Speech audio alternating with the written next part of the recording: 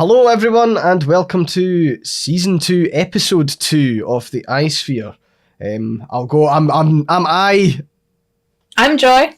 And today we're going to be talking about a whole bunch of stuff, as we do every single podcast, funnily enough. But this day we are going to be talking about Velma, the show Velma. I am so sorry in advance. We're going to be talking about The Last of Us, which is excellent. Which I'm not apologetic for at all. Absolutely not apologising because it's excellent. And we're also going to be catching up with the horrible nightmare realm of Romancelandia. Romancelandia legal issues. And anything else that comes up, to be honest. Tangents within tangents. That's the goal. I will say for a start that Season 2, Episode 1 was our most downloaded podcast yet. So thank you, everyone. Thank you very much. We're growing, Joy. That's the we are. That's terrifying. Growth. So no, that's really good. And we're okay. So yeah, let's start. And I subjected. It's funny enough. Last week we didn't do the podcast because I said to Joy, "Oh, Joy, we should watch Velma and talk about Velma," and then suspiciously Joy got a migraine. I almost had a stroke. So that's what a hemiplegic migraine is. It mimics a stroke, and it happened after I watched the first 2 episodes of Velma. It's like don't recommend, don't waste your time on it.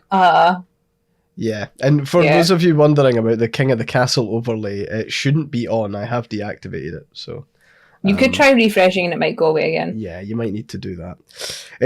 But yeah, Joy, Velma, did you enjoy episode 1 and 2? No. No. Okay. It's a show that starts with cockroaches fucking. I immediately, when I saw that, I was like, no, it can't get much worse than this. And then it immediately got worse. And I was like, okay, it can't get much worse, more worse than teenage girls showering in provocative ways on screen. Yeah. And it somehow kept going. While fourth wall breaking about shows that do it as well, it's like the whole thing is a fucking mess. So for everyone in chat is currently saying, what? Go back a wee second. Yeah. The very first scene in the episode 1 is 2 cartoon cockroaches. Like a cockroach crawls out a bin and you're like, ooh, a cockroach. These changing rooms are horrible. And then another one crawls and starts fucking it. And you're just like, ugh.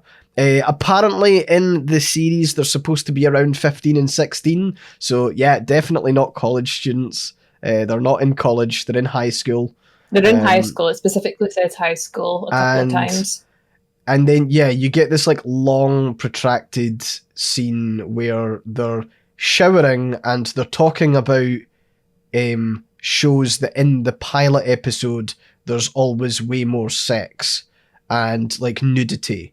And then you get like, there's some lines that are like, kind of funny, like the first one from Velma where she's talking about like, how do you feel about like, was it like race-based casting or something like that? I kind of thought like that was funny because it was addressing all the like all the kind of diversity thing. The thing with the show though, and it really bugs me, is like it's marketed as something that right-wingers will hate on the basis of like the diverse cast, and then it spends the rest of the full episode just pandering to like those people. Like it's meta upon meta upon meta, and none of it's clever. Yeah, none of it's clever. There's maybe 2 instances where I maybe snorted air slightly heavier through my nose that could have been mistaken for a laugh. But the rest of it, I was like, why is this show trying so hard to be offensive? Yeah. And I saw, I think it was Tundra was saying, was it Tundra? Somebody else. Tundra was. So it's just Family Guy dressed up with nostalgia. I would argue that Family Guy actually puts more work in. Yeah. I would actually argue that. But it was somebody that looked at Seth MacFarlane and thought, I can do that. Yeah. And really, no one should do Seth MacFarlane, not even Seth MacFarlane, but they somehow did it worse. And they managed to drag childhood favourites down with it. Like, you can tell that they hate Scooby-Doo. You can tell that they hate it. But I hate that. That requires, like, specific... I don't want to be like, we're calling this out, but, like, there's something to be said about a show that has such a tedious, weak link to the nostalgia of, like, this... Okay, we've talked about this before. I'm a giant Scooby-Doo fan. I'm a huge Scooby-Doo fan. So is Mothman. I'm deeply invested in this. I have over 350 gigabytes of Scooby-Doo on my PC. I have all of the episodes and all of the films ever done, right? Booze Brothers is great. Hyper Chase is great. Cyberman. I almost slipped into Doctor Who there. But, like, there's just something to be said about, like, how like, this could easily have been a high school show with a completely different cast of characters. Why did it need the reason it needed the Scooby-Doo connection was to pull on the nostalgia of some people. Get no views. But the problem is that, like, you've then got the issue where it just doesn't relate to any of the, like, the characterization from any of the previous stuff. Like, Velma isn't... I mean... Velma's probably the closest to being what she is, but, like, all of the characterization's off. Fred is wildly off. Shaggy is wildly off. Shaggy is completely different character. Scooby isn't doesn't exist. Well, no, sorry, isn't in it as a dog. There is Scooby. Yeah. There is Scooby with an I, who is a black woman, I believe. I'll need to double check, but the Scooby is in it. With an I. I noticed there was a reference to Scrappy when in the IM chats, because it has a joke that Shaggy, who goes by Norval in this the whole time, he does like a mukbang type YouTube thing, but he hates weed, so he hates the fact that all of the people that watch him are stoners. So it's this big thing where, like, he breaks the fourth wall continually to be like, I hate drugs, I hate weed, and it's like, the whole point of Shaggy is that he was a stoner who always had the munchies. That is what he is. Yeah. And then Fred is like a rich kid, like, that's not quite a himbo, but like a spoilt rich kid who can... He's also got none of the smarts that Fred has. Yeah. Because Fred's smart. He's a himbo, but he's smart. Yeah. And he's he doesn't cut his own food. He's got he comes from a very rich family, and he's like portrayed as this idiot that, like, hasn't learned how to like, ever cut his own food on his plate. It's very much like, he's a rich white privileged man, and his whole thing, his driving force is that he has a small penis. That is his whole backstory. Yeah, there is a lot. It's like, why? There's way too much discussion about Fred's penis and it being small. It's such a weird thing. Yeah, and I to be honest, I don't really know what else to say about the show beyond it's just bad. And, like, I did say to Joy, like, we're watching 1, maybe 2 episodes of this, and we're not going to hate watch it. Anymore. We're not giving it a review. It's like just bad. It's like bad content. This isn't a review. This is a warning. Yeah, like, just there's tons of just really bad stuff in it. There's a really bad portrayal of a panic attack in it, and I think it's in episode 2 or something, but Velma and Daphne kiss, and, like, they kiss because Daphne, like, rescues Velma from a panic attack by kissing her, and I can't think of a way to make it worse. Don't kiss someone having a panic attack. The things that you learn from the Eye-Sphere. That is the realm of really shitty romance that a lot of people, that gives romance really bad reputations, and a lot of us have pushed back against that over the last, like, decade or so. But it was just every bad trope you can imagine dialed up to 100. Like, there's literally, they turn Daphne into a drug dealer. Velma's not smart. Velma's whole thing is that Velma could, if given enough resources, she could time travel. And she's eating fries out of a dumpster. Yeah. It's not even that they flipped the characters, which could have been interesting. They've just butchered them. It's like one of the things that I was reading about it is that like they've changed the characters to like create new conflict, but there's quite a lot of conflict. If you wanted to like make it a bit more adult, there was enough like conflict and within like the characterization of like the original characters that you could build some like more adult conflict on the back of it, like Shaggy maybe being a bit lazy, like that kind of thing. I mean, you could have absolutely, if you wanted adult conflict for the show, Shaggy being a stoner would be it. Shaggy being someone who can't find his own goddamn feet and he's always just snacking would be a source of conflict because he does need to get his life together to help his friends. And Velma maybe being a wee bit too snarky for her own good occasionally, and like I think there's definitely ways to make it fit. At the same time, though, it's a fucking kids show. Why do we need like an adult version of a kids? Exactly. Did we need it? I don't think we needed it. The thing is, good shows that play on nostalgia, good remakes and things like that. I would argue that a lot of the more recent official Scooby-Doo non-flipped on its head things, there has been enough content in there for adults who enjoy the nostalgia to watch it and for the kids to watch it without making it into literally cockroaches fucking and watching teenage girls shower. I mean, none of that is necessary. I mean, all of the clever cartoons of the past have always had like adult in-jokes so that adults could watch it with their kids. Yeah.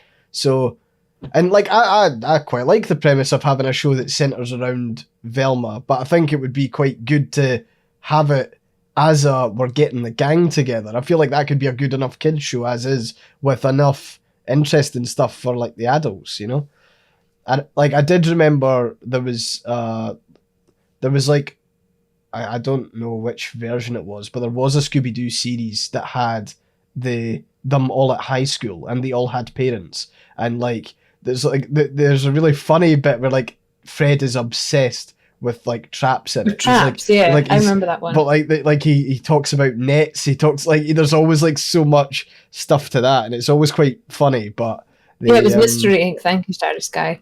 But yeah, it was a fun one because like I think it's the girls, they find what they think is like a dirty magazine under Fred's bed, and it's just like Traps Monthly, and it's just like how to build like a super duper like thing for catching villains with. But that's his like it's his hyperfixation. It is his special interest is building traps. Yeah, and you have the kind of like Daphne's from this really rich, wealthy family, but she's also her sisters, they have the conflict with her where she's always trying to live up to her sisters, who one's like a military general, I think, and the other's a model. And, she's kind of, it's almost like Barbie. Like if you're the youngest Barbie and you've got all these sisters that are like a scientist, a rocket pilot, like it's all that kind of thing.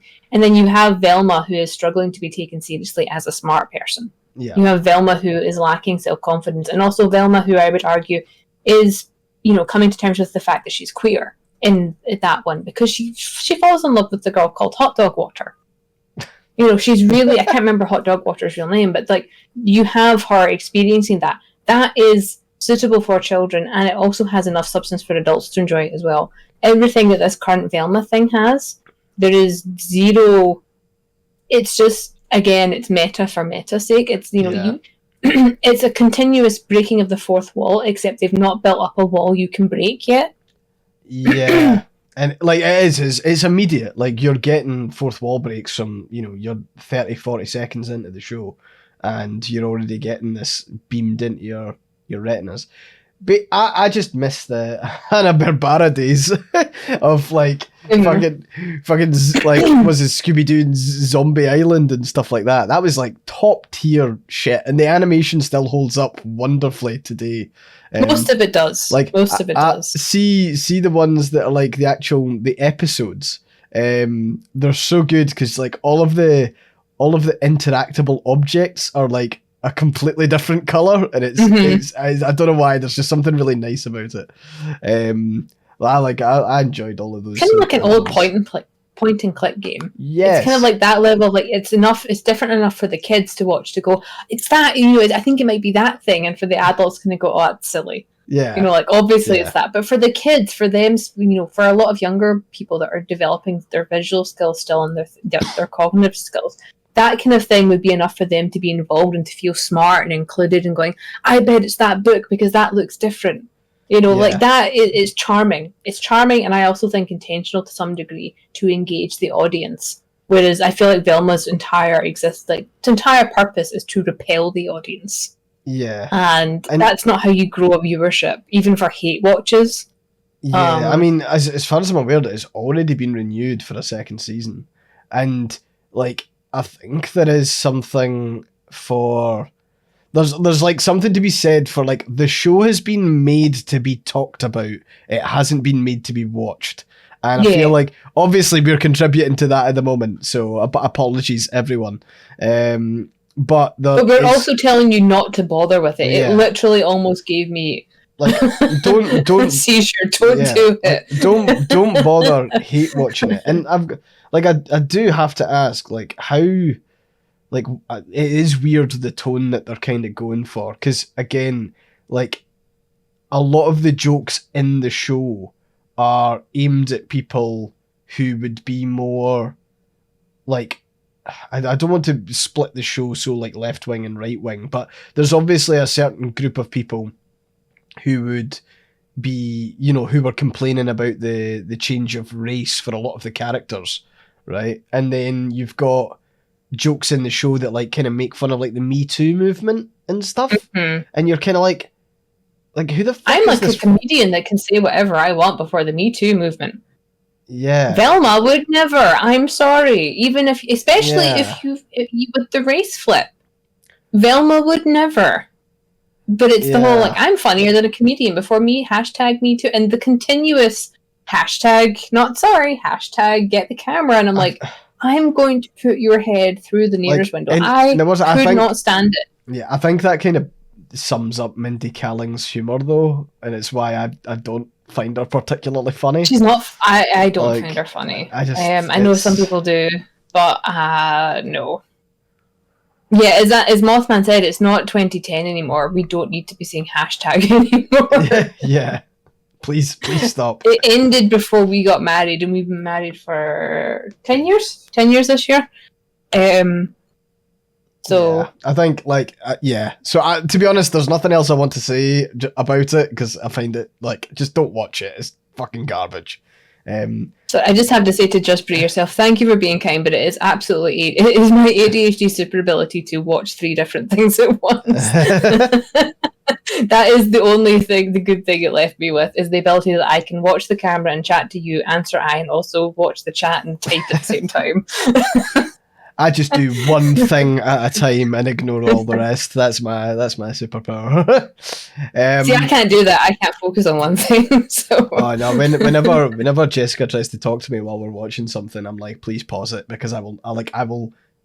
I'm not sure if it's just another sound thing that makes me like I really struggle like listening to 2 different things at the same time.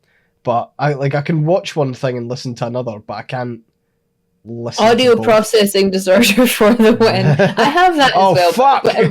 When I'm what ADHD symptoms is Joy diagnosed I with this week? No, I can do multiple things if I'm on. If I've geared myself up for it. If I don't have the energy, I'm just useless. So as soon as this ends, I'm off for the rest of the night. I don't do anything. That's fair. Right. So I mean, The Last of Us. The Last of Us. This is the palate cleanser. This is like okay. So we've gone from the depths. So I think Velma is the lowest rated thing on IMDb at the moment. Like the lowest rated show ever. I think it's got like 1 star or something like that. The last, good, yeah. So yeah, we're bringing it right back up. We're going soaring. Raise your expectations and then raise them again. How fucking good was The Last of Us episode 1? I watched it right before the stream because you suggested it, and I was like, mainlining it. I was just like, where's the rest of it? But it's not out yet. But it was so good. And as someone, I've not played the games, I've watched playthroughs of it. But I, sometimes the media, when you're trying to transfer something from a video game to like television, it doesn't really work. Yeah. The way that they introduced the concept of the zombie fungi and the way that they did everything else was fantastic. You do not have to play the games or watch any playthroughs to understand what's happening with this. It was so well done. I genuinely think that first scene should be like, I don't want to say like nominated for like an award, but there's like, so probably a wee bit of spoilers. I would really recommend that anyone watches it if they can. Like, this really is just the bits that we're going to be talking about. We'll try not to talk about individual scenes, but we will talk about the mechanism and how how it works as a game to TV show. So in the first 5 minutes, you've got it's like a news show. Two scientists are being interviewed about like the kind of the global issues that are happening, and it's very on the nose in regards to a global pandemic, and talking about the scientists' like fears of like what a global pandemic might look like. And there's one of the scientists is played by John Hannah, who was an electrician before he became an actor, and he's also in The Mummy. Way back, and he is explaining that the biggest threat to the world is fungi. Basically, he's saying that the like parasites and fungi, the fungi that can like claim a host and can like take a like an ant or whatever and infect an ant and then control the body of an ant as like a host, is like the biggest threat. And the news person's like, But that they can't survive. Like, they can't survive in humans, can they? This couldn't happen to a human. And he kind of goes, well, John Hannah replies saying, but if the world was to increase in temperature, then who knows what might happen. Basically setting up like, yeah, global warming's bad. We could potentially all have like a fungal virus. And he's saying that like basically the fungi would spread and try and spread to as many humans as possible, and that would be its sole goal. And it's basically setting up the premise of the show and of the game, but in such a nicely packaged way that someone coming in completely cold, having never heard of The Last of Us, would immediately get it. And I think it's done pretty fucking well. Yeah. Like, as you're saying, Keita, in chat, the narrative framing of it is absolutely top tier. And I think for a lot of game to TV show kind of that weird pipeline, I feel like they miss that quite a lot. And another thing that I absolutely love about the show is that they are using the music and they're using the fonts from the game. So the title screen is the font from the game. The music is the music that every fan will know and recognize and love. And I was sitting there. It's used wonderfully. Yeah. And it's used so well. I was sitting there having tried to fucking watch the Halo TV series and going, look what we could have had. Like, what the fuck? Why? Yeah. Why? Like, I was fucking raging because it's like, why did they get to absolutely nail it? And like Halo, which is primed with fucking storytelling, there's so many different things you could cover in the Halo universe, because comparatively, Halo versus the Last of Us universe or world, Halo has got such fucking extensive backstory. How did they not just like scene for scene copy something from Halo?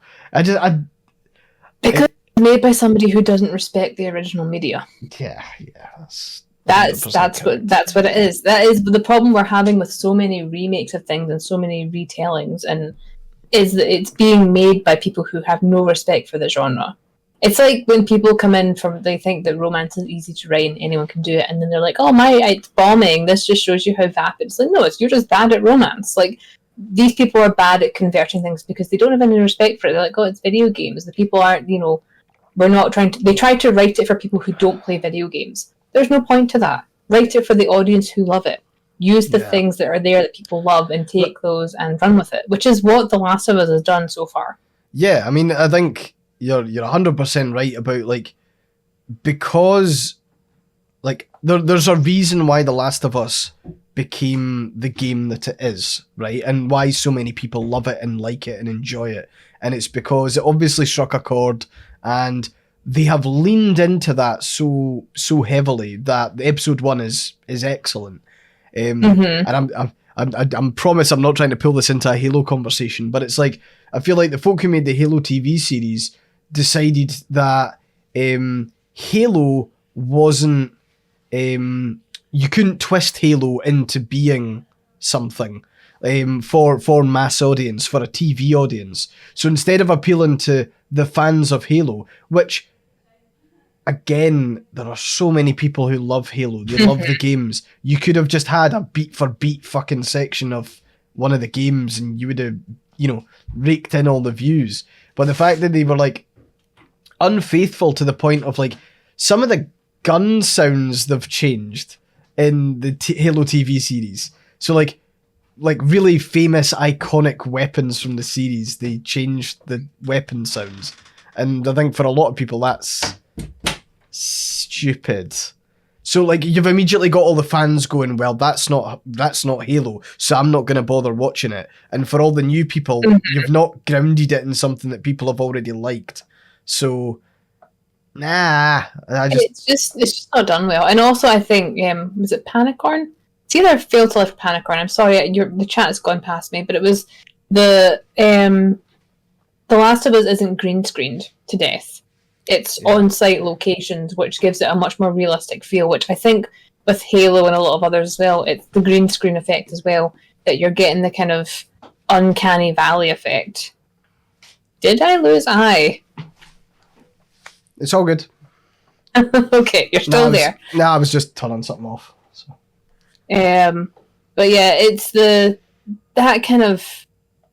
Yeah, the actors have things to interact with as well, which makes a difference. The actors have, real buildings they can look at. They're not pretending there's something in front of them. They're actually looking at certain things. And obviously a lot of things have probably been added in afterwards because that's what we live in now. But, like, it's the difference between, like, the actors. It reminds me a little bit of The Mandalorian, that, they get to interact with a thing instead of a green screen. Like, there's a difference between, like Marvel, and they've got the green screen, and it kind of, you can almost see their eyes going past the thing. Yeah. Whereas when they've got the animatronics and the puppets and everything else, the person interacts with the puppet. Yeah. So it's a little bit like that as well. Whereas with the Last of Us, they're interacting with the world, and it's very visceral and very dark, but it's also not. I was really pleased that it's not everything is so dark you can't see everything. I was pleased at the amount of, like, lighting that's actually in it, because when I watch a lot of these kind of zombie shows, I often can't see shit because they film it so dark. So there's a lot of really good things that have gone into making it good. It's not just, they've respected the source material. There's, like, good direction, there's good lighting, there's good music. Yeah. Great acting. Yeah. I wasn't expecting to be really that invested in it, because it's it's a thing that I kind of like. I enjoyed watching the playthroughs, but I wasn't expecting to actually care that much. I care. Yeah. I know what's going to happen because of the game, but I still care. Like, when the episode ended, I was like, "Is it next week? Is it when's the new one?" Yeah, I know. Yeah. Like, I think there was. You make a really good point about the fucking lighting, because that's something that's irked me. And then, like, I can link this to Game of Thrones without doing a direct jump. So Pedro Pascal has not starred in a TV series that has rated under 87% on Rotten Tomatoes. Everything that he's in, The Mandalorian, even Game of Thrones, although we don't talk about the last season, Narcos he's in, and of course he's in The Last of Us as well. Like, like we were talking about the lighting, Game of Thrones, the Battle of Winterfell was completely pitch black for me. I do not understand the thought process behind the lighting there, especially when we've got the Battle of Helm's Deep as the best example of a nighttime fight ever. Exactly. Helm's Deep in Lord of the Rings, where it was like, just make it blue. We get it. It's night. We get that it's probably darker for the characters, but I would also like to see things, to be honest. I find that adds to my viewing experience when I can actually see what's happening. But anyway, back to back to Last of Us. Back to Last of Us. We're not talking about Game of Thrones. But yeah, it was good. I really, really enjoyed it. If you've been thinking about it, someone was asking in chat, where can you watch it in the UK if you don't have HBO Max? I think I don't know the answer because I have HBO. I am not going to say this on stream, but you can do it. We get off. You can do it. I think it's actually available on Now TV. As like if you subscribe to Now TV. There are, however, other ways that, again, watch it legally if you can. From our sponsor, NordVPN. One day, Joy, one day we'll get that NordVPN sponsorship. And the first thing we're doing is upgrading your microphone. Yes. But yeah, I just found it good. And to be honest, I thought I was a little bit anxious going in because I was like, how are they going to break up the episodes? And I saw the runtime and I was like, okay, this could be great. And I was so fucking glad that we got the intro and then we got the intro with Joel, and then we got the 20-year jump in the same episode. I think see if they'd done it a shittier way and they made like the intro episode 1, like the actual prologue to the game episode 1. And it would have I would not be watching it because I'd just be depressed. I would have just gotten... I mean, they could have easily have ended it after, again, spoilers, after his daughter gets shot. If they'd cut to credits there, it wouldn't have had the same impact. And I'd be sitting there going, well, okay, I'll maybe watch it when it's like finished. I want to watch the next episode on the day of release. Yeah. It would have been very grimdark, and I think a lot of people had enough of the grimdark media where everything is suffering. Everything is still suffering in this, but you immediately cut to a scene with sunshine. Yeah, and you go 20 years into the future, and you see the aged up characters, and you see how life has progressed under what is now the fascist regime that is fighting the zombie apocalypse. Yeah. So it's really good. It's so well done. And you get introduced to, like, you know, it immediately almost does the same thing again, but it grounds you in the world that it now exists. 20 years in the future, you're introduced to that kind of fascist rule. Exactly, you know, you see people getting executed. You see like how that's actually done. You see people who are working and then having to almost like bid for jobs. You're hearing a lot about the kind of the terrorist group, I suppose, that's fighting it, rebel group even, and then of course you get where Joel kind of fits in all this with Marlene and all the rest of the characters. And you, like, I think we're also introduced to Ellie in the first episode as well, and it's like a worse version of this TV show wouldn't have introduced her yet, whereas I feel like now they've set up everything that we need to really like enjoy it, you know. Yeah, Ellie was just a complete feral child that I fell in love with immediately. Yeah. But it was really well done. It was really kind of, they fit so much into the first episode, but it didn't feel rushed. Yeah. The pacing is fantastic for it. I'm in awe of how they fit that much into an hour and... Was it an hour and 20 minutes? An hour and 40? An hour and 20, yeah. An hour and 20 that they managed to fit so much into it, and it felt good. It did not feel like, here's everything that's happening and we're throwing everything at you. It was very much like, here's the slow wake up in the morning, here's the progression of their day, here's the onset of the zombie apocalypse. I like that it didn't rush to get all the iconic things from the game in too quickly. Like, I'm glad, we've not actually seen an advanced clicker yet.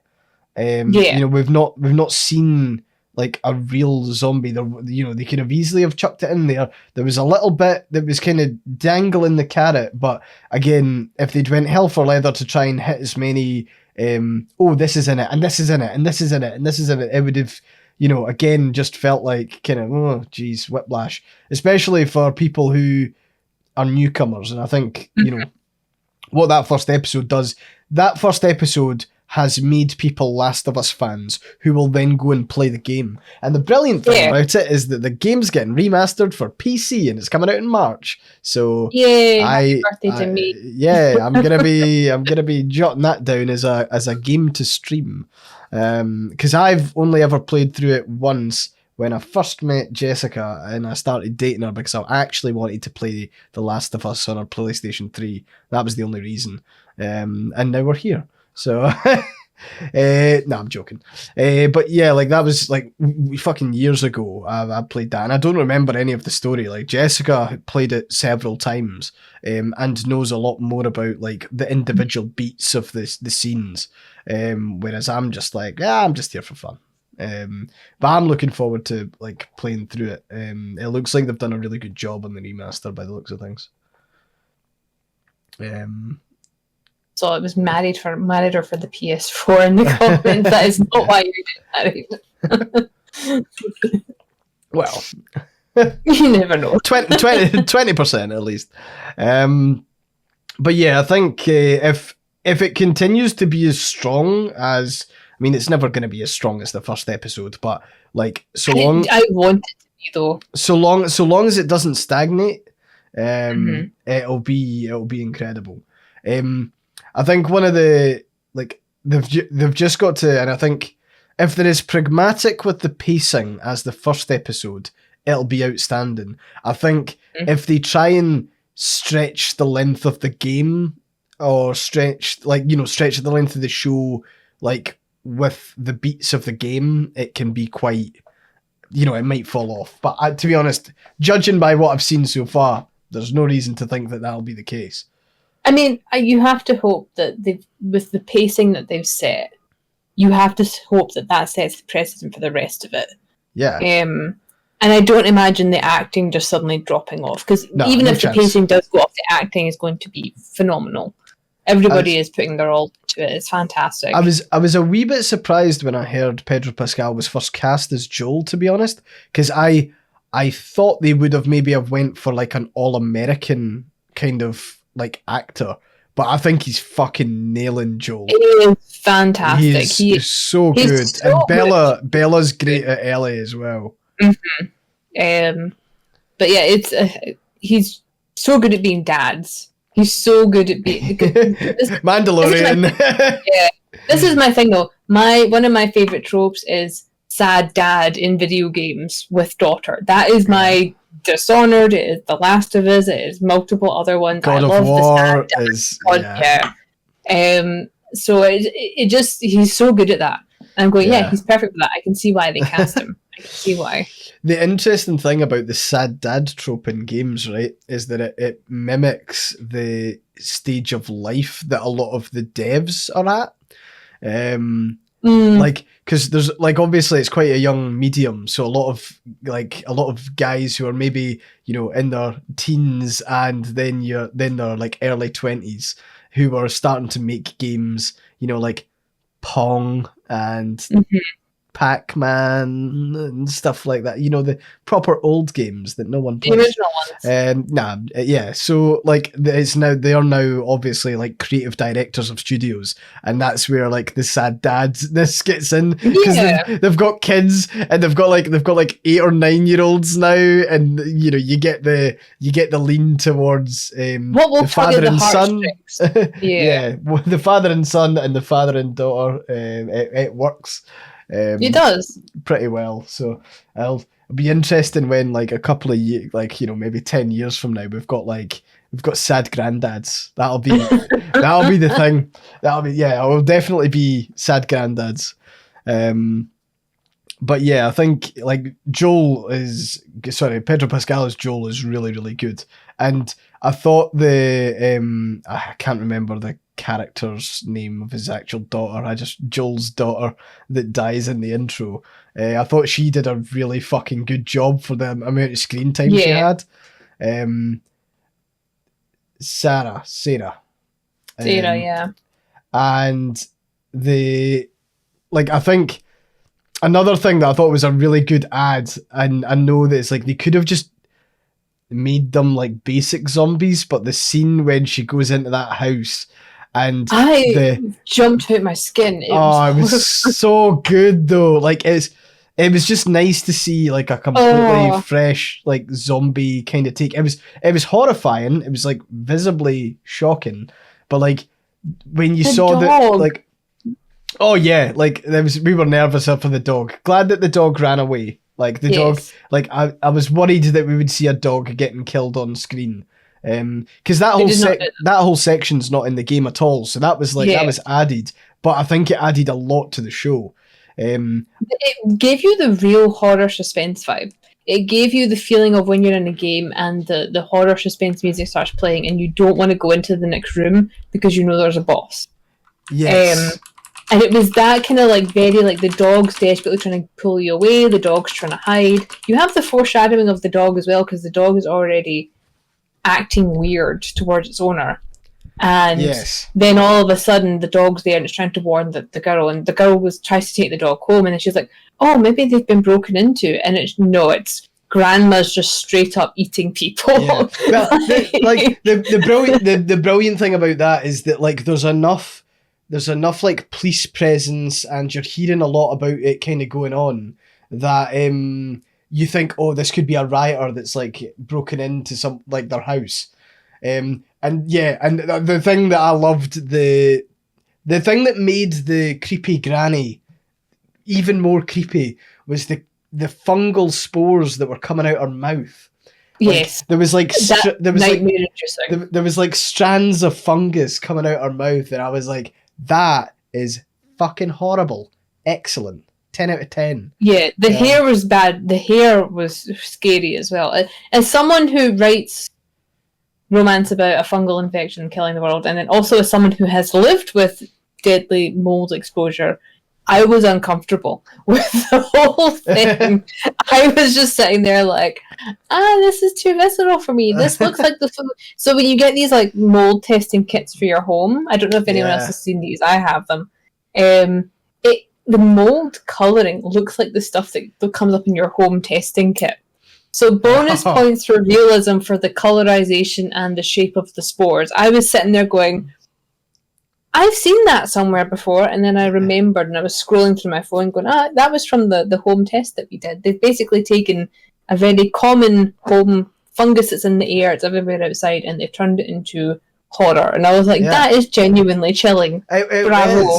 I like that. Like the whole, it's a weirdly refreshing take on the zombie formula. I know it doesn't really change all that much in regards to, oh, well, something else is controlling these people. But it just gives them a unique look, and it'll be amazing seeing what a clicker looks like. Like, from what I think it was Bella Ramsey who plays Ellie, what she was saying is that fantastic actress as well. The clickers look really good, and she was Game of Thrones as well. She was Game of Thrones. She was like the young one in the North, one of the North leaders. So yeah, there was sorry, you're right. Keith in chat saying the scene where the mum had the phone and the grandma's in the background turning, and like the grandma makes like a noise to go and talk to Sarah. And she kind of does a double take because the gran hasn't said anything. It's just really, really well done. Like the whole thing was like just it's good. It's not. I will say for people that are maybe scared of funguses and molds and everything else, it is not in your face constantly. It is used for the big scares. Yeah. Like the guy that's embedded in the wall, that scared the bejeebus out of me as well. It was. Yeah. I feel it's. Like, I'm glad that it wasn't totally reliant on jump scares. I think it was which is what I think good horror is. Like, see, good horror is like the presence of something, and like this kind of like, I don't know, there's just something a bit more visceral and like deep than having like, you know, obviously it's quite easy to get a scare from like a jump, but like the fact that like it's the slow build of dread. Yeah, it's dread, and it's like that. It's like a fungal spore zombie. That is quite new to a lot of people. Obviously, folk who've played The Last of Us are familiar with it, but like it's quite a unique thing. I actually saw in one of the like top posts on Reddit today. There was a photo of a grasshopper that had been taken over by a fungal parasite, right? And it was like it was growing, and it completely changed the look of the. It doesn't look like a grasshopper. It doesn't look like a grasshopper, but it's like it's pretty good. I just hope that like later on in the series, because like one thing I do remember from playing The Last of Us was that like Joel just like crouches, and like when he crouches, you could like mash the button to like pick stuff up, and he would be like a little crab. He'd be crouching, and he'd just be like hoovering up all the stuff from all the shelves, and it would do it like automatically. I hope that we get a scene like that. This is what we want. But yeah, like just really, really good kind of like world building. I feel there's like depth to all of the sets as well, which is really nice. And again, I think it just kind of goes back to what you were saying about it's really nice to have the actors interacting with physical objects in the world, rather than like it could have been so easy to throw this up cheaply with a green screen.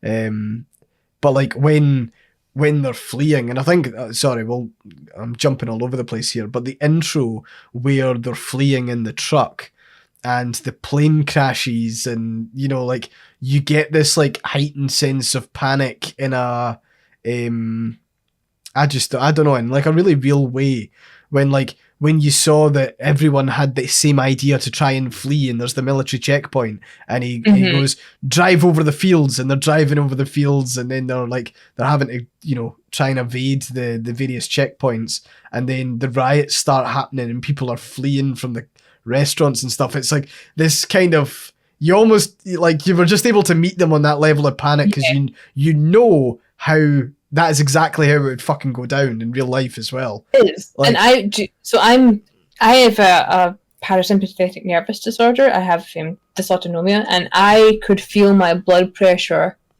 rising with that. I could feel that the hyperandrenic pots that I have, which is an adrenaline response, it's a wonky adrenaline response that I have. Whilst watching it, I could feel the adrenaline starting to go. I could feel my blood pressure rising, and I'm sitting there going, I need to chill. This is not real. Yeah. But if it was real, this is how it would go. I was just like, I'm sitting there going, if this was me, I wouldn't even try. I would just find a nice wee spot somewhere, and I would just, goodbye. I'm not fighting through this. I can't deal with this.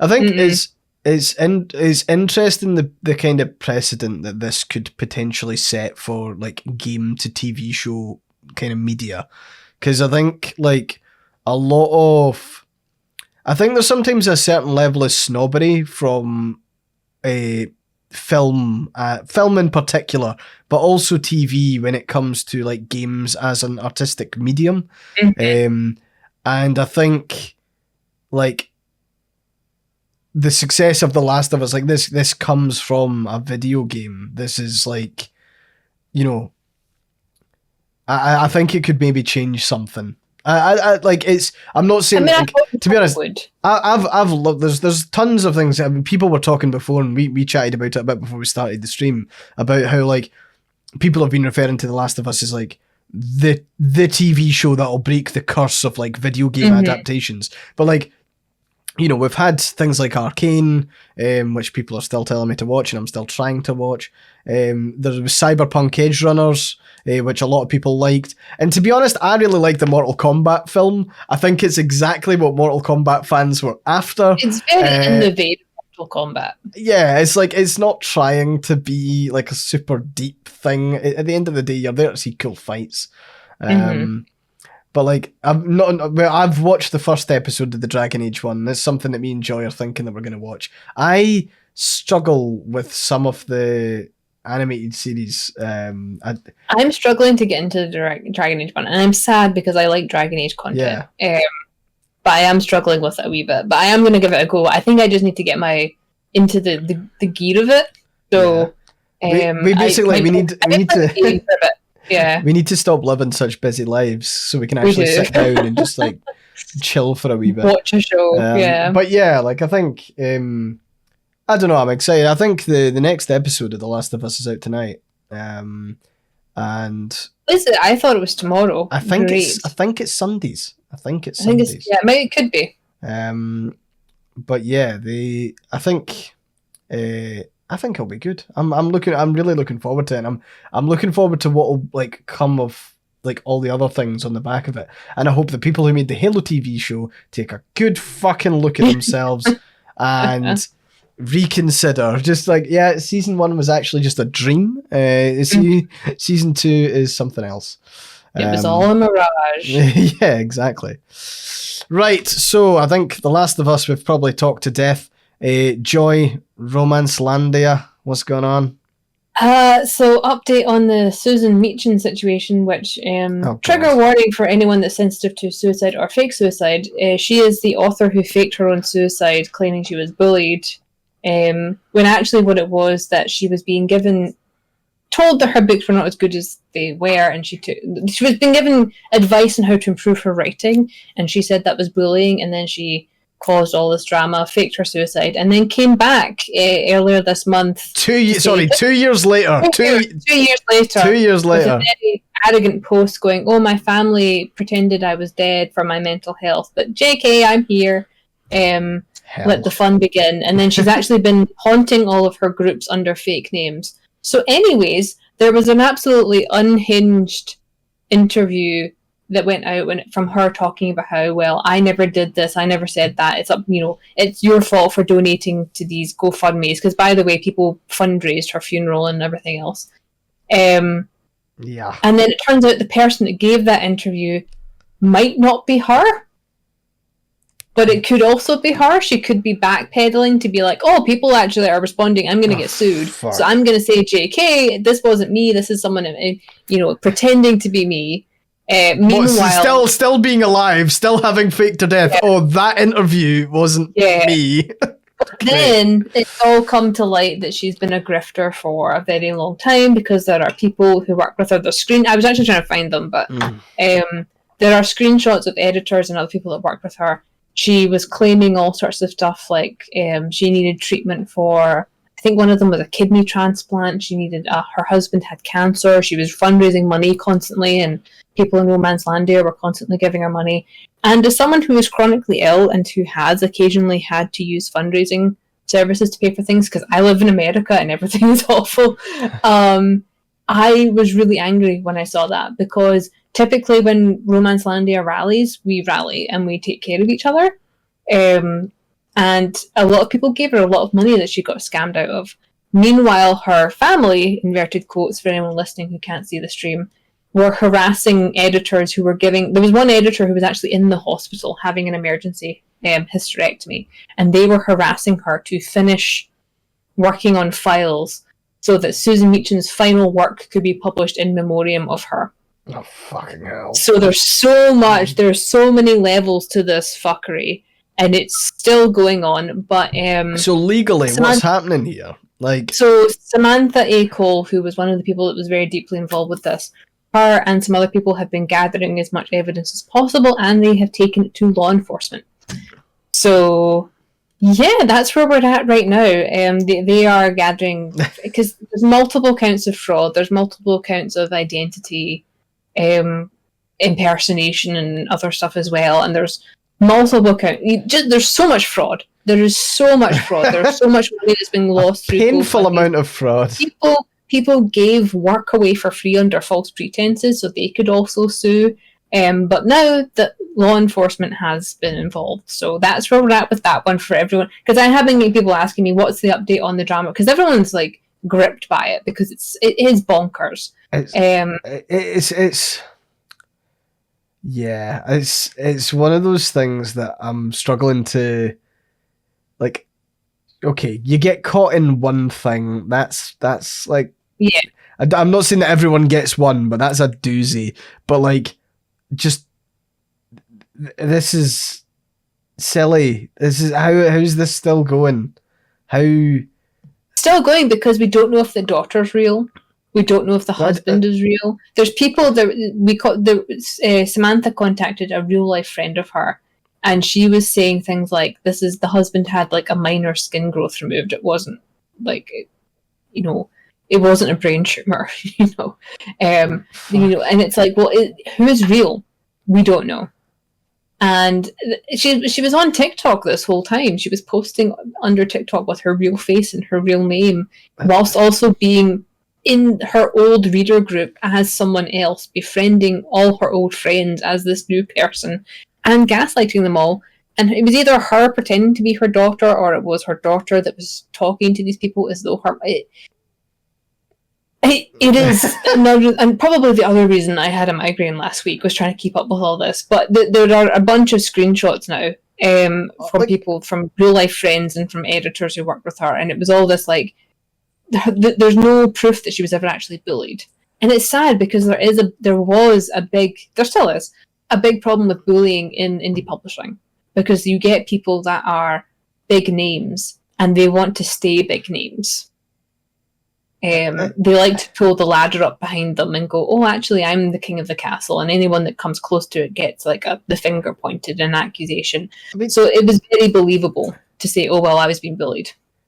I mean, we're like, all we need is like a murder or two, and it's fucking an episode of Criminal Minds. It's like, I would not put it past them to be like, actually, so-and-so has now vanished, because I'm even wondering if she's going to fake her death again, just to escape what is happening, because there's so much legal shit that I don't know how she didn't realize that she was going to get sued for fraud. Like, if you were going to do a grift that takes so much time, labor, and money from people, and your success hinges on being dead, stay dead.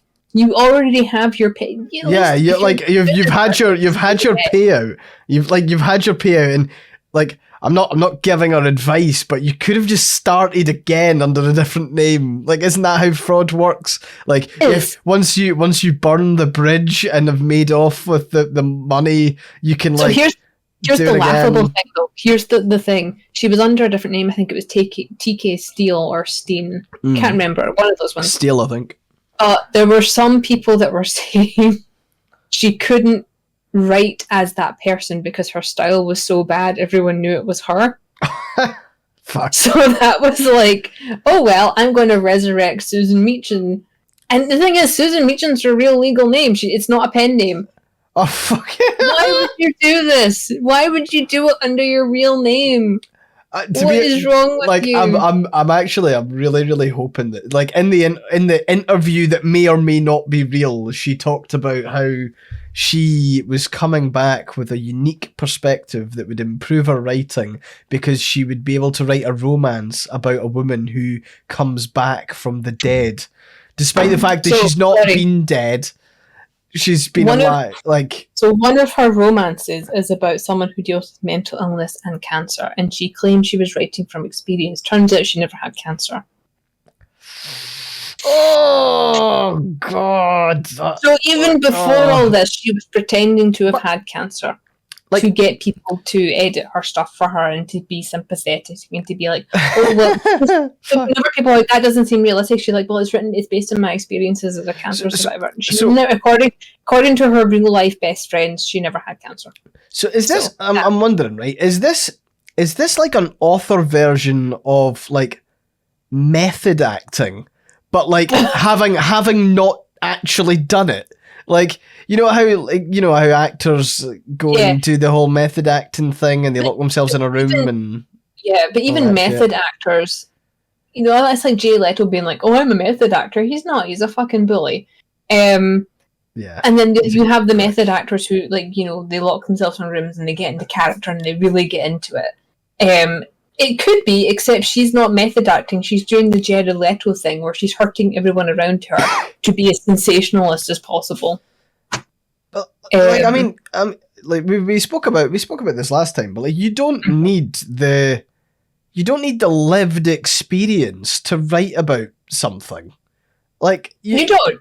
Yeah, I mean, obviously there's certain, like, if you're gonna write, like, if I was to write a book with like a black protagonist, I would have to fucking make sure that I'm, checking that I'm representing the character properly, and I would make sure I do all my research. But like sensitivity readers, all that stuff. But like it's not oh well I need to write a book about cancer. Oh shit, well I'm gonna have to get cancer somehow and fucking have lived experience to write about it. That just seems a bit It's very so there are rumors that she is bipolar, and when she writes she goes into the only time she's able to write is during manic episodes, and she says everything and anything, and she believes it for the time that she's doing it. If that's true, that's very sad and she needs help, but it is not a justification for the behavior that she's been exhibiting and what she did for the last 2 years. Yeah. Nobody can tolerate that. And I say that as someone who struggles a lot with mental health. You cannot use your mental illness as a weapon, and that is what she's done. And it's risky. It's risky to even use it as a tool. Like, we've kind of spoken before about how one of the reasons that Kanye West doesn't medicate was because he thought that inhibited his creativity. So like, you kind of run the risk of like getting into a conversation of, oh, you need to harness that mental illness so you can actually. Like, from a degree of ADHD, there are people who misunderstand. They think that the fixation is productivity. It's not. It is your brain not being able to regulate a healthy amount of focus. You get a lot done, but in the long term, it is not sustainable and it is not healthy for the long term. And you beat yourself up because you're not doing it all the time. You run the risk of not being hydrated and not eating and skipping meals because you are that solely fixated on the one thing.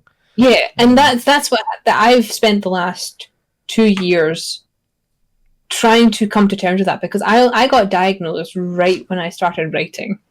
So that was like a whole thing where I was constantly trying to induce hyperfixation because in my head that was productivity. I've spent the last 2 years doing intensive ADHD, basically brain reprogramming to be like, this is fun, you can use it, but it is not the same thing as productivity. It is, it is a misdirection of attention. You need to be able to dial that back. Otherwise you burn out quickly and then you can't do things again. In many respects, mania can look like that. My hyperactivity is, I've occasionally been hypomanic, which is a lesser form of mania. And that comes from medications and other stuff that I take. I'm aware of what that feeling feels like. It feels like you are on the top of the world. You can do anything, you can write anything. And then when it goes away, it's awful because it's like you can't do anything. But it's because you burned yourself out.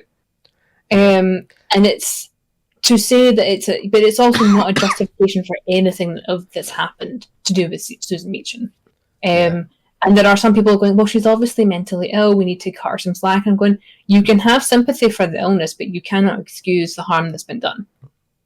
That you can say, yes, this person is mentally ill and acknowledge that.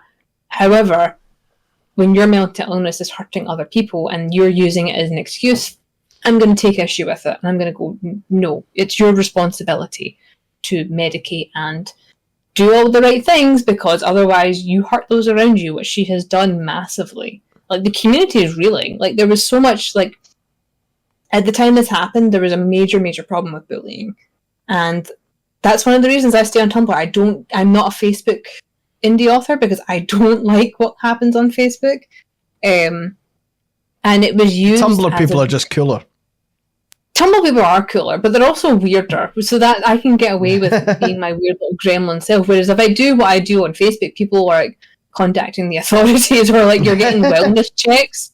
But it's like, it's just a different beast. And then, but it's also rife with a lot of mean girl infighting. And that was a major problem back then. When I say back then, it was 2 years ago. But it's been a major theme for a long time. There is a lot of kind of finger pointing and bullying, and well, so and so is not woke, and so said this, and like people use it as leverage to further their own careers, and it's despicable. But to use this, and because people lost viewers over this, people genuinely thought because they hadn't been good enough friends, it was their fault that this person was dead. And then for Susan Meacham to turn around and go, oh, well, JK, actually, you're just dumb for donating to a GoFundMe that I did not create. Unbelievable. And then she's like, oh, I didn't create it, my daughter did. I never saw any money, but your daughter lives with you? Supposedly. There's too many holes in that story to... There's a lot of things that don't add up, but yeah, that's where we're at with all this ugly drama.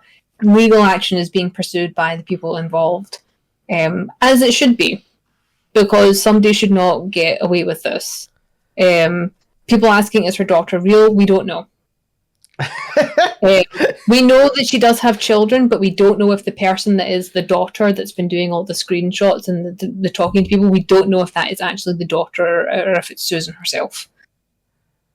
Oh man, can't wait to pretend to be my own son. That's gonna be fucking class. It is another level of unhinged, and it's really it's distressing. It is distressing, but. Yeah. I'm following it vaguely. If there's any major updates, I will probably post about them on my blog going, oh my god, have you seen this shit? But like there's always something. Like I have a sign somewhere in my house that says it's been 0 days since there was drama in Romancelandia. If this is the level we're starting off with in 2023, I am afeared for the rest of the year. But we'll see where it goes. 2024 will just have you joining the podcast in like complete like dystopian like barbarian armor or something. Like you'll have. It'll just be a wasteland behind you. Just. Man. Right, I think we can move on from this Susan Meacham. We can story. As we watch it develop. How's your week been, Joy, besides the migraine? It was good. I was mostly resting. I was on Lake Mojave's stream on Friday, just watching Bloodborne, which I've never actually watched a lot of Bloodborne, so that was interesting. Very wet game. Very squishy game. But other than that, it was just very quiet. We had Holly Mop getting her, she needs to get some dental work done, and then we had the fun with our kitchen flooded, so we hired an emergency plumber and found out that we need to replace all the pipes in the Hill House. So that's what's happening right now. Oh god. Yeah. I did post about it. They found it was like 40 years worth of grease that had to get pulled out of the pipe, because the previous owners, for those unaware, was a landlord. Did lots of DIY fuckery to make the house look nice, but did zero actual maintenance. Oh, great. So every time we do something as simple as snake the drain, it's like, oh yeah, actually there's lead here, and like this is corroding. And, there's a demon in the sink. And, there's the sealed up door, which is not sealed anymore. There was the door that was welded shut downstairs, but we got that open. Doesn't go anywhere. All we need is a safe in the basement, and you'll be. Yeah, I mean, there was the crawl space that was sealed away, and then we opened it. That probably was not a good idea, but what did you let out? I'm just like, is this our fault? No, but the house is fine. The house will be fine, and I have to say thank you very quickly to everyone that either bought Hunger Pangs from my PayHip when I posted the link, and people that also found my Ko-fi. Thank you very much. There was a lot of very generous people who made sure that the plumber bill for this week was paid, because that was an expense we did not anticipate. So thank you very much to everyone that's been helping out and being supportive. I fully appreciate the person that bought. At one point there was so you can buy people gifts through my PayHip. You put their email in, and then you just pay with your card, and they get the delivery. But I can see the card, so I can refund people if I need to. And there was one person bought about 100 copies for their friends. Fucking hell! The same card over and over and over, and I'm like, I don't know how to say thank you for this, but thank you very much to this person who was giving away It probably wasn't 100, but it felt like 100 because I kept seeing go past, and I was like, okay, that person single-handedly just bought. Like, nice. Yeah, so thank you very much to everyone that's been helping, and I really, really appreciate it. So, but that's been my week. How's your week been? Hey, my week's been a mix of super stressful up until yesterday, and then it's been fucking class. So I feel like I said the exact same thing last week on the stream, to be honest. But yeah, it was really good. For anyone who doesn't know, I proposed to Jessica yesterday, and she actually went ahead and said yes. So that was a very, very positive vibes all around.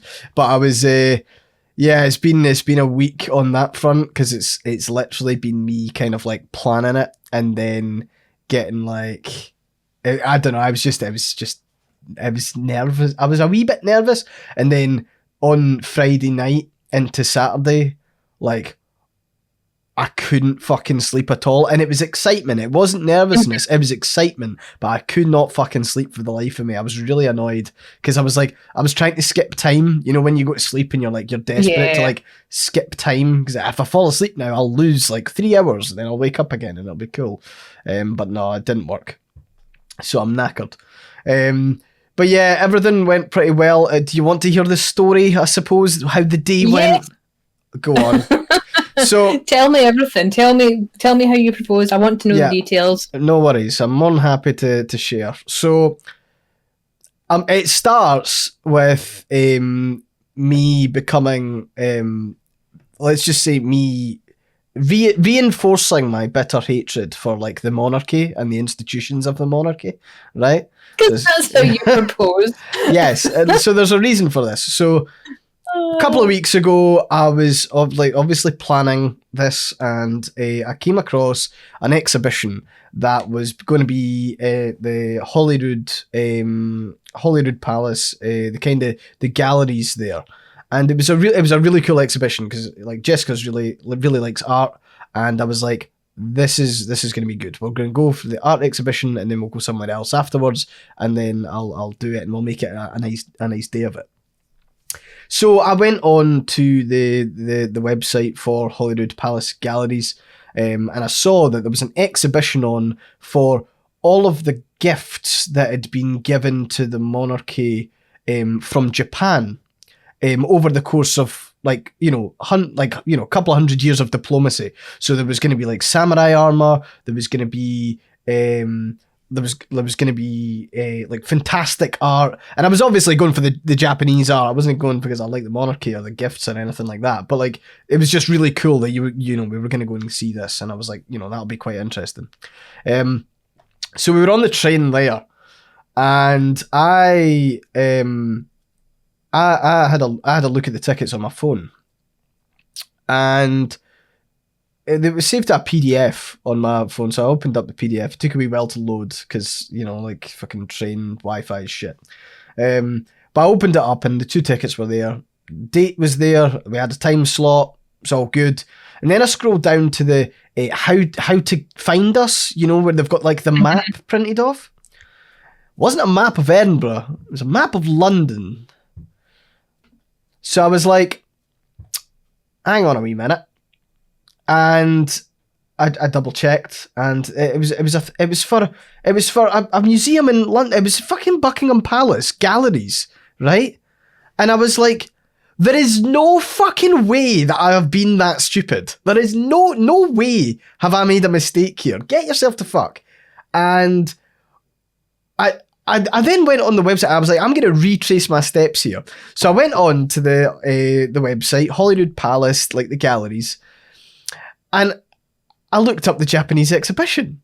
And like to get to the Japanese exhibition, you click on the What's On button for the Holyrood Palace Galleries website, right? I click on What's On, Japanese exhibition shows up. It fucking redirects you to any exhibition held anywhere. And I was sitting there like, What fucking website does that? I'd already chosen my location. If you choose a location and you go, what's on, you don't expect to be taken back out to, what's on just fucking anywhere. And the reason why I thought that it would be on at Holyrood Palace was because me and Jessica had originally planned to go to one that was all about Russia and the Romanovs and like the kind of the stuff there. So... and then COVID hit, so we didn't get to go to that. So there was going to be like a wee story of like, you know, COVID and all the rest and how it delayed us getting to actually go and see this kind of thing. So that was a bastard, and I was raging, and the monarchy's fucking done me another one today.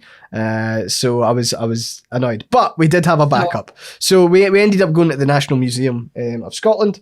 So we were in there, and there was quite a cool design exhibition on. So we went in, and for those of you who've not been to the National Museum, it's got like 3 floors. It's really quite incredible. And there's the Millennium Clock and all the rest. And the Millennium Clock was actually designed like last year for Jessica's birthday. We went to it was like a museum that's like a kinetic museum. So there's this Russian guy who fled the Soviet Union, came to Scotland, and has designed all these like really cool kinetic mechanical structures. And for those of you who are saying, did you get a refund on the tickets? They have a no refund policy and a no transfer policy, and they're bastards, and they have robbed me. The monarchy have robbed me, okay? They've already taken money. They already take the tax money. They have robbed me, the bastards. Sorry. So we ended up going to this, and in the National Museum there's like a room that's got the kind of history of fashion, and it's got like fashion that's kind of all around the room, and you see all the different styles kind of progress throughout the years. And it's specifically fashion. It's not just like clothes people wore. It's like, how did fashion actually start? Like the trends. So you see there's like a flapper girl outfit from like the 1920s, and then you can see like the 1800s, and you can see how like how a lot of that fashion kind of progressed. And this designer's really quite cool because he did tons with colour and with wool, and like created like patterns. And so I think it was a Scottish guy, but he basically made like the woolen patterns that you see on like jumpers and stuff like that. He made some like pretty like interesting like signature ones. And then we also went and saw Dolly the sheep. For those of you who don't know, Dolly the sheep was the first cloned sheep from like an adult cell. So it was like she's there and she spins around, and for some reason they have like fake poo underneath her, because they've got to make it realistic. So yeah, like there's like some hay and then there's some fake shit, and she's also got a really dirty arse. It's pretty, like, I don't know why they had to make it as real as that. But that was cool. But then I was like, I didn't like. I'd said I've obviously spoken to Jessica about what she would like out of a proposal in the past, and one of the things was not too public was the general guideline. Don't do it at a restaurant was an absolute fucking like no. And so there was that. But I decided we were going to go to the Botanic Gardens. And so we went to the Edinburgh Botanic Gardens, went in, and like obviously didn't want to do it right through the door. I was going to like, it's a Botanic Gardens. Botanic Gardens are pretty big. We'll be able to find a nice quiet spot. So we went for a wee explore, and there was a bit where like there's a kind of house right in the middle, and one of the like, it's quite nice. It's got like archways around the house, and there's like 2 separate buildings, but like the link to the house, there's like 2 arches. And we went through this like wee, like cutesy windy path, and there was a wee stone arch, no door or anything. And we went through there, and there was like the most ideal fucking spot that was like there. There was like an art pine cone on like made of slate. It was like a giant fucking pine cone made of slate, and I was like, that would make for like quite a good story. Like, I proposed next to a giant fucking pine cone. But as we walked into this, there was a group of people. There was one woman came round the corner, right, and she was like half shrieking, half hawking at a photographer that was following her, and she was getting photos done, as well as like a bunch of other people who were with her were all getting like a photo shoot done. And I was like, for fuck's sake, that would have been ideal, bastards. So then we went over. Jessica wanted a wee rest on a bench, so we sat down, and as people are saying in chat, apparently I turned it into a meerkat. Now, I was looking around frantically. I think this is where Jessica maybe caught on that something was going to happen, or at least she recognised that I was acting really weird, because I was looking, like I was constantly like checking all around me. And the reason I was checking was because there was like an army of people walking their kids with buggies, like with prams. It was just constant. It was a constant flow of buggies. There was like so many. And I was trying to pick my moment, basically. But the nice thing is that where we were sat on the bench, kind of overlooked Edinburgh. You had a view of the castle. It was nice. It was warm. There was like the sun was out, and it was like cold, but it was like 5 degrees, no wind, so it was like actually decent. Didn't want to propose while we were sat on a bench, so waited until we got up, and I said, look, before we continue our walk, I blurted out my signature line, Z, and then proposed. So, and yes, I did do it on one knee, for any of you who are interested in that. I did. I went full on. And it was good, and she said, "Of course I will," which was nice. I think that's a bit stronger than a yes. So that was a win. But okay, you're gonna get some Eye for Scotland like family lore here, right? Because the next bit's really cute and kind of really helped make the day. So we went down to a place, there's an area of the Botanics called the Chinese Pavilion, right? And I can take Jessica there and I can brag because I can translate the Chinese text that is put beside the English text. So I was able to do a wee bit there and just, like get my lines in. But the really nice thing about it was that there was like a group of robins that kept on flying around. And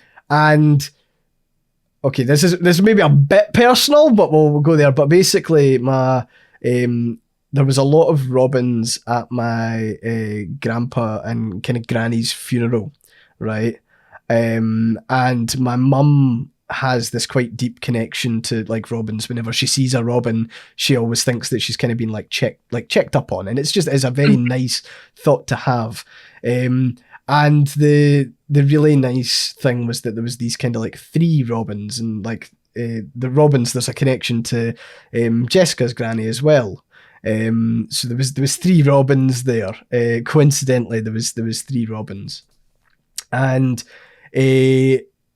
so there was 3 robins that were dotting around. But there was also a guy kind of came out of nowhere, and apparently he does it every single day. But there was these 3 wee robins, and he kind of looked at Jessica and kind of held out his hand, and Jessica held out her hand, and he dropped some seeds into Jessica's hand, and the robins sat in Jessica's hand and jumped in and out the hand and just pecked away at these seeds. And when we, my mum got dead teary when we kind of told her that story, because it was like, oh, that was her being welcomed into the family kind of thing. So it was net, exactly as Keith is saying in chat, it was some Disney shit. It was really good. I deliberately didn't book a dinner or anything in Edinburgh because I knew that the moment it happened that Jessica would want to go home and tell people, tell her family and stuff like that. So that was smooth planning on my part, because of course Jessica immediately wanted to go and get on the train and go and tell her family. And we ended up, my sister was out with one of her pals, and we ended up bumping into them in Falkirk when we got back, because we took the train through. And we went and we had like a kind of brief, like it was kind of 3 o'clock, 4 o'clock kind of lunch, I suppose. And then we went to see my mum, who was working, and then we went to Jessica's parents, and her grandparents were there as well. and we kind of just told everyone, and it was really nice. And then we went and we broke our rule. We hadn't ordered a takeaway since the start of the year. That was like our thing. We were like, we're gonna try and like not order as much as possible. But we broke our rule last night, and we got some food in, and we just chilled and had a good rest of the day. So yeah, that was that full story. Boom.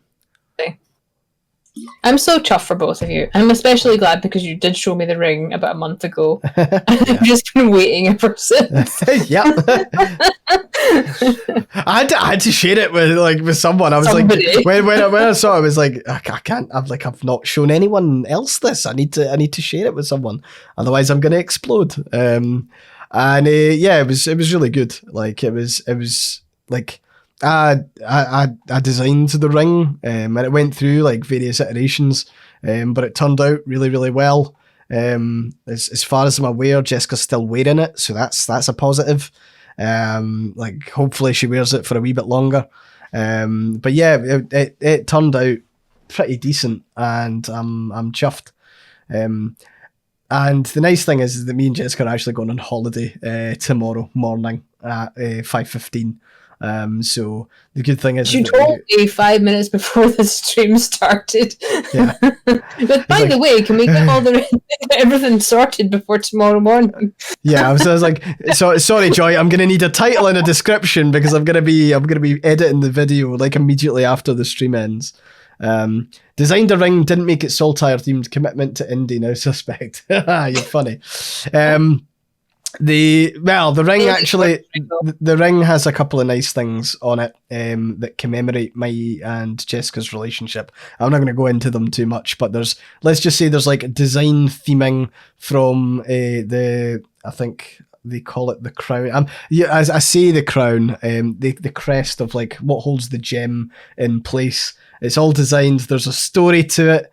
The interesting thing is that I am now a master of all the different design aspects of a ring, and holy shit, there is so much more to making a ring than I fucking thought.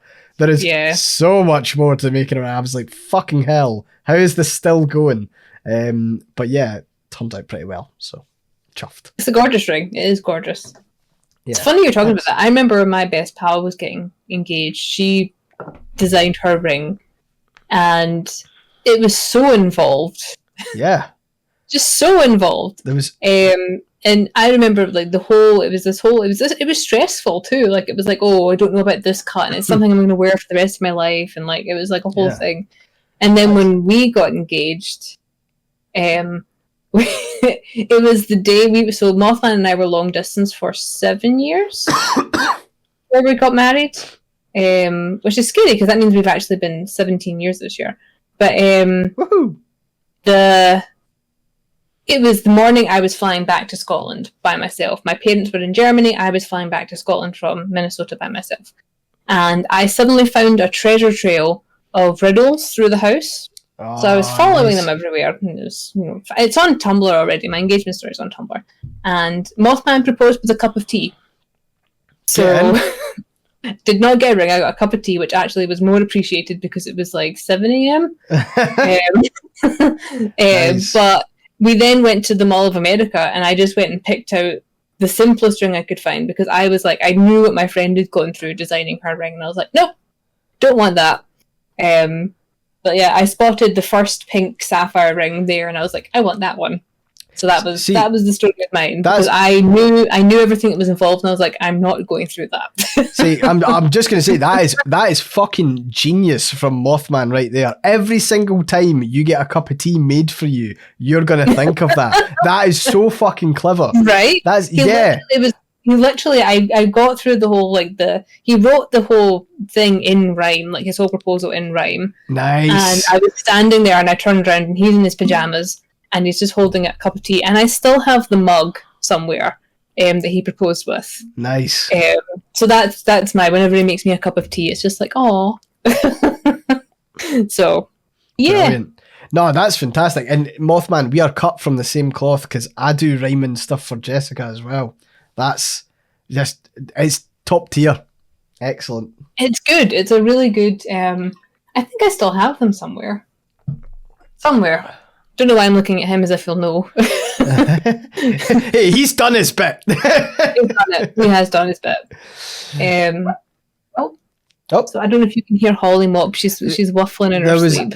There was a very cute shake earlier, and it was like the first time I'd heard like Holly Mop be like audible on stream, make a noise. Yeah. But yeah, it's I'm very happy, and we're fucking up. I suppose this is probably a good time to announce there's not going to be a stream on Tuesday, folks. I'm sorry. I'm not streaming from where we're going, so I'll make it up to you though, I promise. Yeah, I know, Keith. I'm sorry. So sorry you didn't get a bigger heads up. I think we can let him off with not streaming. Oh, okay. He's on holiday. Let him be. Yeah, but don't worry though, because well, the reason why I'm going to Rome, actually, Jessica thinks that it's because Rome's quite nice, but actually the Pope recently had a wee nudge at independence, so I'm going to go and take it up with him. I'm going to be like, oh. knowing my luck, the Vatican security is like, hang on a wee second, what the fuck's going here? But yeah. Well, we're looking forward. Actually tapping at the door and getting pulled away. It'll be me here next week by myself trying to log into the stream, going, "He's arrested in Rome." Well, so me and Jessica have found a particularly interesting patisserie that is going to be near where we're staying. Right? It's called Mr. Dick's. Right? And what you get when you go, I'm actually going to see if I can look it up. I'll drop the link into chat, but it's like, it is top tier Italian. You get Dickies, according to Jess. Is it Dickies? Oh, sorry. Well, that's not as fun. I was hoping it would be. Are you sure it's Mr. Dickies? I don't think it is. So is there a Mrs. Dicks? Asking for a friend. No, sorry, Jessica, you're wrong. I won't say that many times in our relationship, but it's Mr. Dick, and it is a patisserie that makes their pastries in sexy shapes. If you have a wee look there, you can have an iced cock yum yum, or you can have a rather goopy looking vagina thing. I don't know. Bun? Yeah, okay. Bun maybe? Yeah, maybe bun. Not It's definitely good. It's like toffee sauce is coming out of it. I'm not sure if that's particularly good. But yeah, I think that's like right near where we're going to be staying. So, and I only found it today, and I was like, we are 100% going to Mr. Dick's. It's like, quite. Yep, that is evocative. That is. So yeah, that's definitely where we're. That's like, yeah, Vatican can wait. Vatican can wait. Colosseum, Colosseum's a Roman Forum. Yeah, we're going to Mr. Dick, and we're gonna. It'll be fun. Did you celebrate your engagement? We went to Mr. Dick. we went to Mr. Dick's, and it was yeah. I've been learning Italian on Duolingo, which I have the ability to say that. I think I can say something like "she eats the book," but I can't say "table for two" yet. So we'll see if I can like speed learn it on the plane. Works out. I think it'll be fine. We'll do well. But yeah, I think that'll be a good laugh. And we're only going for a couple of days, but we'll just good wee break for you, though. Yeah, I know. I can't wait. Both of you been working non-stop. I was gonna say I can't wait to not look at Tumblr. That'll be fun. Outright rub it in. Well, you'll be gone for a couple of days and you'll come back and it will just be a smoking hole in the ground. Like, what happened? Oh yeah, I'll enjoy what happened and you'll just be like, romance discourse.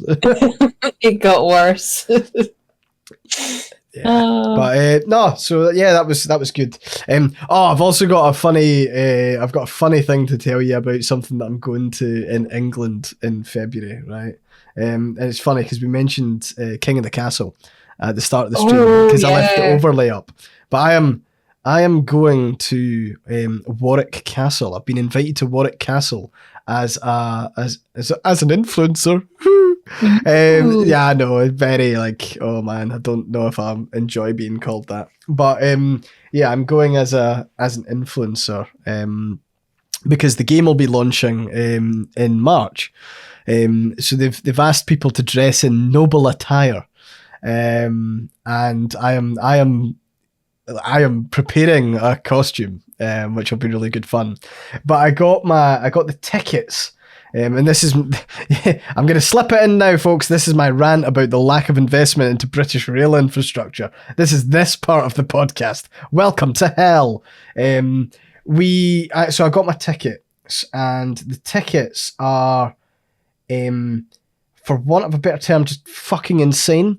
So do you know how to get from central Scotland to Birmingham to Warwick? I mean, how many trains? It used to be that you took 2 trains. It used to be that you took 2. Think again, young Padawan. No, so it was train tickets. So I leave Falkirk. I then go to Cumbernauld. From Cumbernauld, I go to Motherwell. From Motherwell, I go to Preston in Lancashire. And then from Preston in Lancashire, I then go to Birmingham New Street. I then have to go to another train station at walk in Birmingham to a different Birmingham train station, and then I go to Warwick. But you can get a train straight from Glasgow to Preston. No, can you? No, you could. I don't know. I don't think so. Yeah, it's good luck. Yeah, there's like, and so the worst thing about that, right, is that that's all booked, and there's times, and there is seats designated. A single train is late, and I am. You can't get on the next one. Yeah. Yeah. With British Rail, though, it's like it's always late. So. Yeah, it's it's gonna be a trial, but it'll be worth it. I think it'll be a good laugh. Like when I go, because I'm gonna be wearing a kilt, because I can't not, right. Like I've got to kind of like. So you've got to represent. I'm obviously been invited as like one of the Highland chieftain like type characters. Mm-hmm. So yeah. There's not a Falkirk train to Preston. There's a Falkirk train to Cumbernauld to Motherwell to Preston. Or at least that's what my tickets fucking say. Unless there is one from Preston, which I'll just jump on and be like, oh, look at this. But yeah. You know what? They probably upped the price for the direct ones as well. Yeah, probably. Because that'll be it as well. Because I was supposed to be coming to Scotland from my friend's wedding, and she changed the date, and then I couldn't afford it because the cost of getting the flight and the train up to Inverness where she was, the train alone was 200 for me, not including Mothman, for the price is what I was getting charged. Yeah. And I'm going, right, it used to be I could get into Inverness for 40 quid. Yeah. Because I used to go, because my friends were all up in Inverness. So I used to routinely go up to Inverness on the weekends, and it would be like, 40 quid's not bad for a long weekend. And it was like, oh yeah, for just you, it's 200 to get from Glasgow to Inverness. And I was like, what? Yeah. It's not even first class. Yeah, I know. Sorry for the people in chat who are giving me travel advice. It's already booked, and it wasn't booked by me, so like I can't deviate from it. Otherwise, I would. So yeah, I think there's also a thing with direct trains. I think it costs so much more. It does cost so much more. Yeah, because that was the one for Inverness was I could detour through different stops through the Highlands, and it was like, oh, it'll cost you less, but like it takes the journey from like 5 hours to 18. And I'm like, Yeah, my yeah. flight's not even 18. What the hell? Yeah. But no, I think I'll be a good laugh. It'll be good. Yeah. Okay, so put it this way: my magnum opus, my hypothetical invasion of Scotland post was all written on a train. So if I've got 8 hours on a train, who knows what the fuck I might come up with? You get the part 2. Yeah, you're gonna get like an official part 2, and everyone's gonna be like, "Oh no, he's trying and he's not as good." But it'll be good. But anyway, I think maybe this is a sensible time to wrap up. Joy, what do you think? Yeah. Time for us to wind down. This one's been this one's been a bit sporadic, just on the retellings and Velma and Last of Us and more romance hell. What was this podcast? And engagement. Yeah, this was a shotgun podcast. This was 2 weeks worth of news crammed into one because I was incapacitated last week, so that's why. Yeah, that's fair. But yeah, thank you everyone who is listening on the podcast platform of their choice. For the people in Twitch chat, we will be around for 10 minutes afterwards, and we'll just continue. Just listen to us talk shit, basically. But I want to say a big thank you because, again, as I said at the start of the episode, last season 2, episode 1 was our most downloaded podcast episode to date. And you can help by making this one grow as well. But no, it's really good. We're really enjoying it, and we'll bring you even more chaotic news in the weeks ahead. Forward to it. Yeah. So catch you in a bit, folks who are listening, and we'll see you next time. Bye-bye.